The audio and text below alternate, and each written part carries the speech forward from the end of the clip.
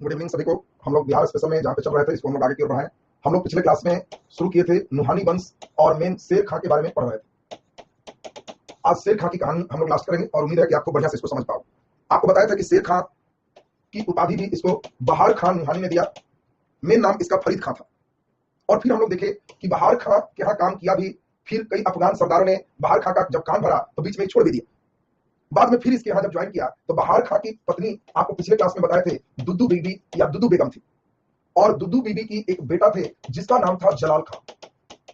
ये पिछले क्लास में आपको समझा चुके हैं, जिसमें हम लोग देखे कि जब बहार खां की मृत्यु हो गई तो दुद्दू बीबी से ही शेर खां ने विवाह कर लिया। शेर शाह ने दुद्दू बीबी से विवाह किया और इसके कारण दुद्दू बीबी के बेटा जलाल खां बहुत छोटा है, उसके शिक्षक के लिए शेर खां में बहाल हुआ था। दुद्दू बीबी खुद शासिका बनी और नायब का पद, जो मेन पद है, वह पद शेर खां को प्रदान कर। और हम लोग देखे कि शेर खां नायब के पद पर है, लेकिन उसी समय बंगाल का हेड है जिसका नाम हम लोग देखे थे नुसरत शाह। और नुसरत शाह बंगाल का हेड है, इसने यहाँ आक्रमण किया। और पिछले क्लास में हम लोग देखे कि शेर शाह ने नुसरत खां के आक्रमण को विफल कर दिया, ये हार गया। और तब नुसरत शाह ने कई अफगान सरदारों के साथ एक साजिश किया और इस साजिश के द्वारा जो नाबालिग बेटा जलाल खां है इसको गायब करवा दिया।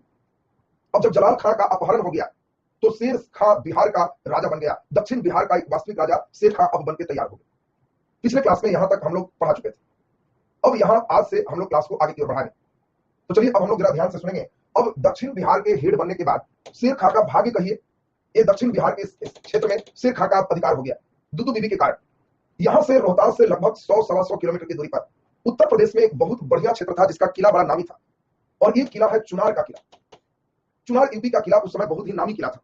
और चुनार के किला में एक व्यक्ति शासक था जिसका नाम था ताज खां। और ताज खां की जो पत्नी थी वो थी लाड़ बेगम। लाड़ बेगम ये ताज खां की पत्नी। अब देखिए इसका शेर खां का भाग्य देखिए, इसके भाग्य से ताज खां की मृत्यु हो गई। और लाड़ बेगम के पास चुनार में अकूत संपत्ति है।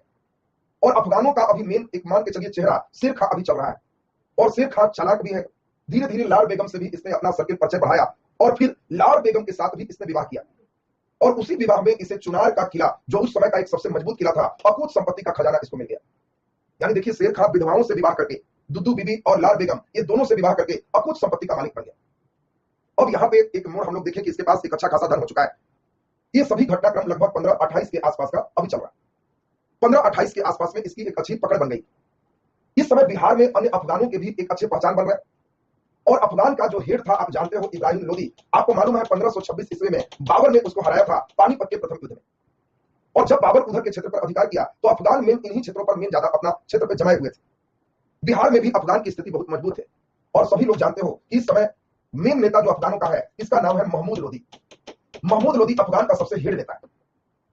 अरे इसका क्या है, जो अभी शेर खां सुन रहे हो तो विधवा से विवाह करके कुछ कुछ किला पर अधिकार कर रहा है। बाकी महमूद लोदी के नेतृत्व में पूरे अफगान सरदार एक हो रहे हैं और बाबर यहाँ पे हमला करने की बिहार में सोच रहा है। और आप जानते हो बाबर का युद्ध सब जानते हो, 1526 पानीपत का युद्ध, 1527 खानवा का युद्ध, 1528 चंदेरी का युद्ध और 1529 बिहार में एक नदी बहती है घाघरा नदी। और यही 1529 में बाबर ने वही घाघरा नदी के किनारे बिहार में घाघरा का युद्ध किया। और 1529 में घाघरा के युद्ध में महमूद लोदी की तरफ से शेर खां भी शामिल है। सभी अफगान एक साथ है, शेर खां भी इसी की तरफ से लड़ रहा है। और दूसरी तरफ से बाबर है। बाबर और अफगानों के बीच एक भयंकर लड़ाई है, घाघरा का युद्ध। और इस लड़ाई में शेर खां और महमूद लोदी सभी की हार हो गई और बाबर का मेन बिहार पर अधिकार हो गया। और जब बाबर का कब्जा हुआ तो बाबर ने क्या किया, ये दक्षिण चुनार को छोड़ दिया, मेन बिहार में घाघरा का युद्ध हुआ। तो जो रोहतास और दक्षिण का हेड शेर खां है, वो शेर खां से छीन करके मेन जो बताए थे नुहानी का जलाल खां जिसका अपहरण हुआ है, इसी जलाल खां को यहाँ का सूबेदार बना दिया। यानी रोहतासगढ़ के किले पे 1529 में घाघरा के युद्ध से फिर से बिहार के क्षेत्र में बाबर का अधिकार हो गया। बाबर जब बिहार आया था तो उसमें आपको बताएंगे मनेर भी सूफी संत के मजार पर गया था। सूफी संत एक साथ चलेगा। बड़ी दरगाह के मजार पर मनेर गया है बाबरनामा में, तो चूंकि बाबरी में इसने मनेर का भी जिक्र किया है। और बाबर के अधिकार में बिहार आने के बाद जलाल खां जो अभी बताए थे, जस्ट अभी हम समझाए थे कि जलाल खां की कहानी, यही जलाल खां के बारे में अभी समझाए, बहार खां नुहानी का छोटा बेटा जिसके शेर खां एक शिक्षक बने थे। कम उम्र में इसका अपहरण हुआ था, अब ये बड़ा हो चुका है और इसी के दायित्व को सौंप दिया है बाबर। अब यहाँ पे शेर खां की स्थिति बाबर के समय कमजोर हुई, पूरी अफगानों की स्थिति कमजोर हुई। बाबर रहता तो नजारा कुछ और होता, लेकिन अगले ही वर्ष 1530 में बाबर की मृत्यु हो गई, बाबर मर गया। और बाबर के बाद अगला हेड बना हुमायूं। तो हम लोग अब हुमायूं की कहानी चलेंगे, बढ़िया से सुनते चलिएगा। बाबर के समय हमने देखा घाघरा की युद्ध, तो ये बिहार में ही है। घाघरा का युद्ध मुख्य रूप से अफगानों के साथ होने वाली लड़ाई है, अफगानों को समाप्त करने के लिए लड़ाई है। और महमूद लोदी के नेतृत्व में लड़ाई लड़ा गया है और इसमें महमूद लोदी की तरफ से ही शेर खां भी लड़ा। अब जब हुमायूं हेड बना तो इस समय की बहुत अच्छी स्थिति है। एक मजबूत किला चुनार का किला है, और वो चुनार का किला अभी हम लोग देखे कि ताज खां के विधवा जो लाल बेगम है उसी से शेर खान ने विवाह किया था और उसको चुनार का किला मिला था। और इसी किला के लिए हुमायूं 1530 में इसने सोचा कि हम चुनार के किला को कब्जा करेंगे, पूरे चीज को तहस नहस करेंगे और यहां से पूरे चीज को हम लेके जाएंगे, और चुनार किला के आक्रमण के लिए हुमायूं चल दिया। उस समय चुनार पर मुख्य रूप से हुमायूं का ही बेटा है, सॉरी शेर खां का बेटा है, और शेर खां के बेटा का नाम आप सभी लोग जानते हैं, कुतुब खां। कुतुब खां यहाँ पर हेड है। अब देखिए कितनी बड़ी रणनीति होती है। 1530 में बाबर की मृत्यु है। बाबर की मृत्यु के बाद 31 में जब चुनार के लिए हुमायूं चलता है तो शेर खां की समझ रहा है कि अगर हुमायूं हमला करेगा तो उस कंडीशन में चुनार का तहस नहस उड़ा देगा, पूरे चुनार के स्थिति को खराब कर देगा। और इसीलिए शेर खां बहुत दिमाग वाला था। शेर खां ने हुमायूं से एक संधि किया। हुमायूं को कहा कि हुजूर जो कहिए हम सब आपके अधीन रहेंगे और सब आप ही का है, क्या जरूरत है तोड़फोड़ करने का। और हुमायूं को बड़ा खुश कर दिया। जैसे हुमायूं कहा, जो शर्त पर कहा, ये संधि मानने को तैयार हो गए। और यही हुमायूं की बहुत बड़ी भूल थी। अगर उस समय एक ऐसा संधि नहीं करता, चुनार के पूरे किले का खजाना ले जाता, तो शायद शेर खां इतने मजबूत स्थिति में नहीं आता। लेकिन इसने हुमायूं जो भी कहा कितना पैसा तुमको देना होगा, ये करना होगा, हर संधि को इसने स्वीकार कर दिया और धीरे धीरे अपनी स्थिति को इसने मजबूत किया। और फिर इसने अपना दिमाग लगाया कि वही बिहार, वही बंगाल, हम फिर से बंगाल के क्षेत्र को जीते। बंगाल का राजा और बिहार के जो अभी देखे थे जलाल खां, ये दोनों एक होके ये लोग चाह रहे हैं कि शेर खां को किसी तरह पस्त कर। बंगाल का इस समय हेड महमूद शाह है। तो महमूद शाह और जलाल खां ये दोनों एक हैं और दोनों चाह रहे हैं किसी तरह से शेर खां को हराया जाए।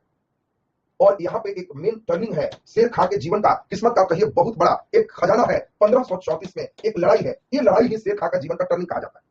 और इस लड़ाई को हम लोग कहते हैं सूरजगढ़ का युद्ध। आपसे कभी भी पूछा जाएगा सूरजगढ़ का युद्ध, ये शेर खां के जीवन का टर्निंग पॉइंट है। क्योंकि शेर खां ने तो हुमायूं से सब संधि करके समझिए इसकी अधीनता स्वीकार किया, लेकिन 1534 में इसने बंगाल के राजा महमूद शाह और जलाल खां को फिर से सूरजगढ़ के युद्ध में हरा दिया। और बंगाल के मेन गौड़ शासक, आपको गौड़ का नाम पता भी है, शशांक के बारे में समझाए थे जो बोधि वृक्ष काटा था, इसके पास भी काफी खजाना थे। और इस गौड़ के खजाना को जब पूरा लूटा यहाँ, तब महमूद शाह फिर से हुमायूं के पास खबर भिजवाया कि देखिए शेर खां फिर उभर के सामने आ रहा है, इसको किसी तरह बचाइए, बंगाल को बचाइए, हम आपके नेतृत्व में बंगाल स्वीकार करते हैं। और तब तक शेर खां एक चालाकी किया। हुमायूं अब पूरे बंगाल के अभियान के लिए चल दिया और इसने शेर खां ने कोई प्रतिरोध नहीं किया, कोई रुकावट नहीं किया, चुपचाप यहाँ का खजाना लाके वो अपना चुनार में ले जाकर रख दिया। और जिस समय ये हुमायूं व्यस्त था बंगाल के पूरे क्षेत्र को जीतने में, उस समय यहाँ पे शेर खां चुनार के अलावे धीरे धीरे यूपी के कन्नौज वगैरह के सेक्टर में इसने जीतने पर समय दे दिया। यानी जिस समय यह इधर जीत रहा है तो जाने को दिया, और उस समय यह इधर जीता, कन्नौज वगैरह के क्षेत्र पर अपना अधिकार कर लिया। और बंगाल जीतने के बाद हुमायूं बंगाल में अपना सेना बॉर्डर पर रख दिया, विजय हो गया, और मन में बना लिया कि इसको भी अबर ठीक कर देना। शेर खां भी समझ रहा था कि इसमें अबर जब हम पर हमला करेगा तो हम पर विश्वास नहीं करेगा, अब हम क्या करें, विश्वास तो करेगा नहीं। तो अब शेर खां एक दिमाग लगाया। वो दिमाग क्या लगाया, अपने कुछ वफादार अफगान सिपाही को जान करके कहा कि तुम जाओ और ये हुमायूं के सेना के बारे में वहां ज्वाइन करो और हमको इन्फॉर्म करते रहो कितने सेना आ रहे हैं, कितना लोग हैं, ये पूरी जानकारी हमको वहां पर मिलना चाहिए। और यही 1539 में आप सभी लोग जानते हैं कि जब हुमायूं चौसा में पहुंचा, तो चौसा में ये पहुंचा है उस समय शेर खां के पास इसका वफादार सिपाही सूचना दिया कि अभी हुमायूं के पास बहुत कम सेना है, इसका अधिकांश सेना इसने बंगाल में छोड़ रखा है और ये सेना लोग अभी बहुत व्यस्त नहीं है, ये एकदम निश्चिंत है कि अपने क्षेत्र में जा रहे हैं। अगर आपको हमला करना है तो आप इस समय कर सकते हैं। ये बिलग्राम नहीं है, ये चौसा, कन्नौज को बिलग्राम कहो, चूंकि कन्नौज और ये सब क्षेत्र पर अभी उसी का अधिकार है। और चौसा में हुमायूं अपने सेना के साथ निश्चिंत रूप से था और यही मौका उठाया शेर खां ने, बिना किसी को कुछ कहे अचानक हमला कर दिया। और इस अचानक हमला में हुमायूं संभल नहीं पाया। हुमायूं सोचा भी नहीं था कि हम पर इस तरह से हमला करेगा, इसके कई सेना मारे गए, हुमायूं के भी मरने की बारी आ गई। तो हुमायूं यहाँ सीधे नदी कर्मनासा में सीधे कूद गया और अपना नदी में कूद करके जान बचाया। और आप जानते हो एक भिखारी, उसको छाना है, निजाम भिखारी को एक दिन का राजा बनाया, ये सब बात तो अलग है। अब चौसा के युद्ध में हुमायूं की स्थिति बहुत खराब हो गई। फिर भी हुमायूं अपने सैनिकों के साथ फिर जब होश में आया तो अब डिसाइड कर लिया है कि कन्नौज में अब शेर खां को रहने नहीं देंगे। और हुमायूं 1540 में एक कन्नौज पर भी हमला कर दिया और इसी कन्नौज में एक जगह है बिलग्राम, इसी बिलग्राम में एक लड़ाई हुई जिसे कन्नौज का युद्ध या बिलग्राम का युद्ध कहते हैं। और इस लड़ाई में कहा जाता है कि एक भी सेना कहीं से नहीं मारा। कैसी लड़ाई होगी सोचो। हुमायूं अपना सेना लेकर चल दिया, लेकिन उस समय शेर खां का प्रभाव इतना अधिक बढ़ गया कि हुमायूं के कई सेना तितर बितर होने लगे और हुमायूं को भी लग गया कि स्थिति खराब है, शेर शाह मजबूत स्थिति में है, तो हुमायूं भी यहां से भाग चला। और जब हुमायूं भाग गया तब 1540 में हुमायूं कहा कि कन्नौज क्यों, दिल्ली पर क्यों नहीं। और एक पहला बिहारी है जो दिल्ली पर अपना कब्जा किया और कहा अब हम फरीद खां से शेर खां थे, अब हम शहंशाह हैं, और इसने अपना नाम शेर शाह रखा। देखिए शेर शाह सूरी वंश की एक नई स्थापना एक कन्नौज या बिलग्राम युद्ध के बाद 1540 में हो गया और ये पहला बिहारी है जिसको एक अवसर मिला। और जब ये यहाँ पे पहुंच ही गया तो उसके पहले ही एक जलाल खां को हराया था। बिहार के ये सब जो इसका क्षेत्र है, रोहतासगढ़ वगैरह, ये सारे क्षेत्र को ले लिया। चूंकि रोहतासगढ़ इसका शुरू से समय रहा है, इसके पिता के समय से ही इसे मिला रहा है, इसीलिए शेर खां दिल्ली भी गया तो वहां एक किला बनवाया, और वो किला का नाम आप सभी लोग जानते हैं, दिल्ली का पुराना किला। बिहार में इसका मेन संबंध यही रोहतास में रहा, और इसीलिए इसने रोहतासगढ़ का किला बनवाया। रोहतासगढ़ में भी किला बनवाया, चूंकि इधर बंगाल वगैरह से हमेशा आक्रमण का डर होता, तो रोहतासगढ़ का किला, दिल्ली का पुराना किला, ये शेर शाह का बनवाया हुआ है। और यही जो रोड इधर से जा रहे थे उसकी पूरी मरम्मत करवाया, जिसका नाम सब लोग जानते हो, ग्रैंड ट्रंक रोड है, जीटी रोड।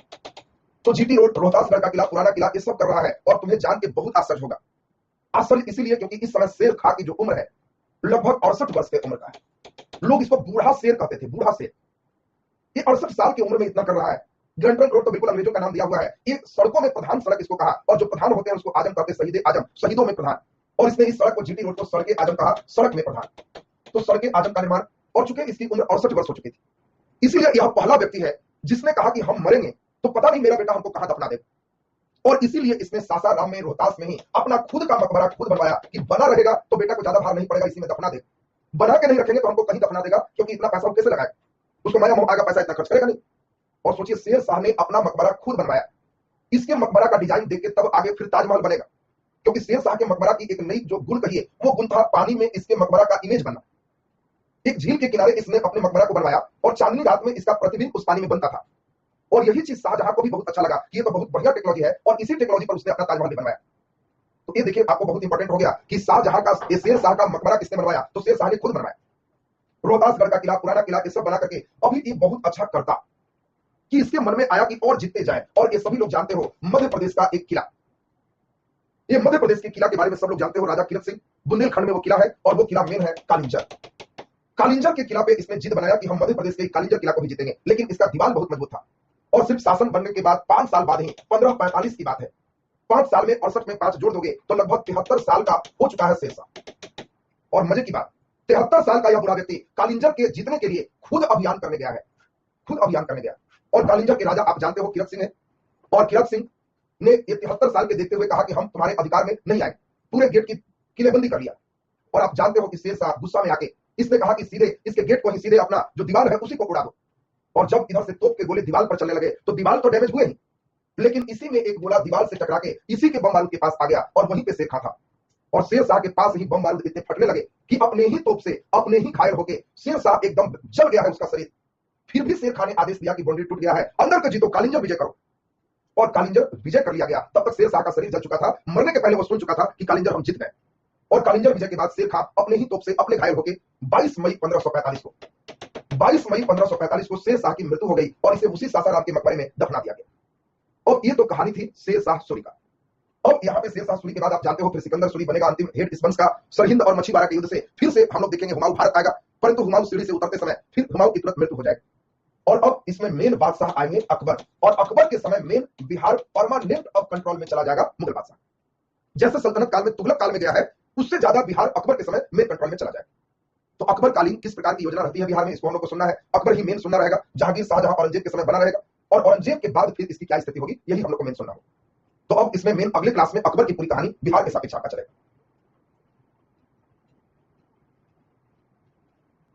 चलिए अब इसमें मैथ क्लास है, मैथ लिखो। मैथ क्यों लिखते हो, मैथ क्या होता है जी? मैथ क्लास लिख रहे होगे तो मैथ क्लास अभी कहां हो रहा है? मैथ क्लास बताइए कि नेक्स्ट मंथ में दरोगा मेंस के लिए चलेगा कुछ क्लास, उसमें आप लोग को जोड़ा जाएगा। अभी दुर्गा पूजा पर आपका मुख्य रूप से क्लास बिहार स्पेशल नहीं अभी चलेगा, मॉडर्न तक हिस्ट्री जैसे इसका कंप्लीट हो जाएंगे तब करंट अफेयर और बिहार का भूगोल, ये 2 सेक्शन आपका चलेगा। हिस्ट्री कंप्लीट हो जाएगा तब पीडीएफ मिलेगा, तो बता ही दिया आपका, हिस्ट्री हो जाएगा तो पीडीएफ मिल जाएगा आपको। चलिए ठीक है, तो नेक्स्ट क्लास कल हम लोग इससे आगे चलेंगे।